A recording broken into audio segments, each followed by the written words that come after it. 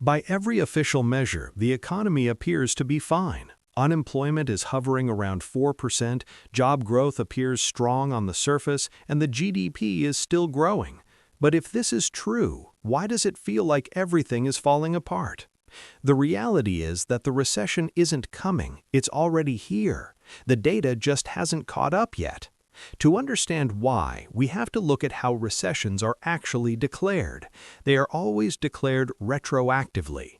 The National Bureau of Economic Research, or NBER, doesn't announce we're in a recession while it's happening.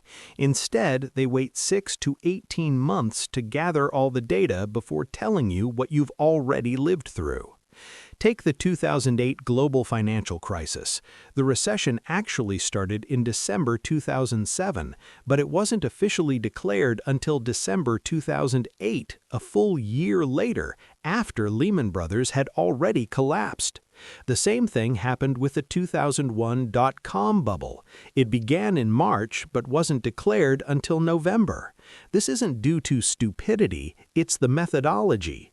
The NBER requires comprehensive confirmation before making it official, which means you could be living through a recession right now and not know it officially for months. This is exactly what is happening today. While the unemployment rate sits at 4.4%, that number is deceptive. It only counts people who have actively applied for a job within the last 4 weeks. Since the pandemic, more than 1.6 million Americans have stopped looking for work entirely. These people haven't found jobs, they've simply disappeared from the statistics. Furthermore, labor force participation has dropped by nearly 1.5% compared to pre-pandemic levels. While headlines cheer a strong labor market, underneath there is a steady drift of people giving up. It gets worse when you look at the quality of the jobs being created. We are seeing a quiet shift where full-time jobs are disappearing and being replaced by part-time gigs. The government's measurement of this is misleading. If one full-time worker is laid off and takes 2 part-time jobs to survive, the government counts that as 2 jobs added. Even with this accounting magic, 2025 only saw 181,000 net new jobs. Currently, 4.4 million Americans are working part-time because they cannot find full-time work. They are technically employed, but they are financially struggling because these roles lack benefits and security. It's like saying the housing market is fine because everyone has a roof over their head, while ignoring the fact that everyone moved from houses into tiny studio apartments. When you factor in that cumulative inflation has risen over 25% since 2020, the picture becomes even scarier. For a growing number of people, the only way to maintain their lifestyle is through plastic poison.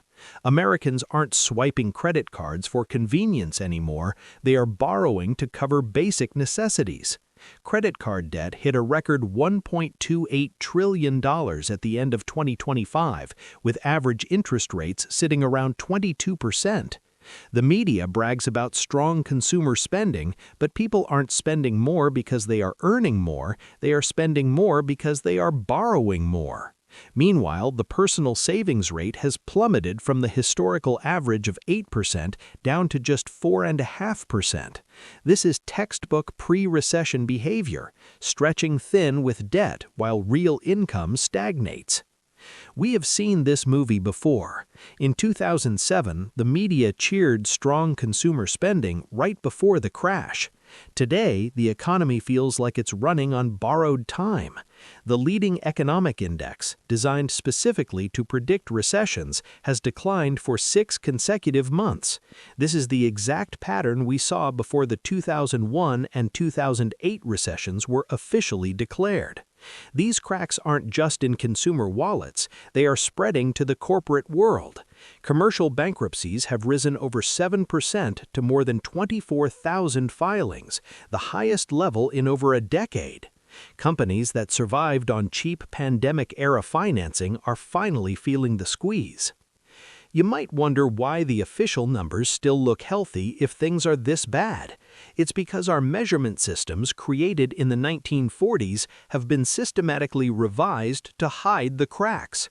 If you work just 1 hour a week on a gig app like DoorDash, you are put in the same employed bucket as a salaried software engineer. GDP counts credit-driven spending the same as income-driven spending.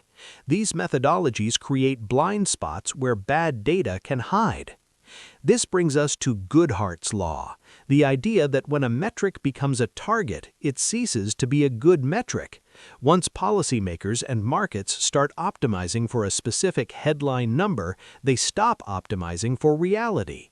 This is why your lived experience says one thing while the official report says another. We are no longer measuring the economy, we are managing the metrics used to measure it. The unemployment rate has become about lowering a headline number rather than improving job quality. GDP has become about maximizing output rather than increasing well-being.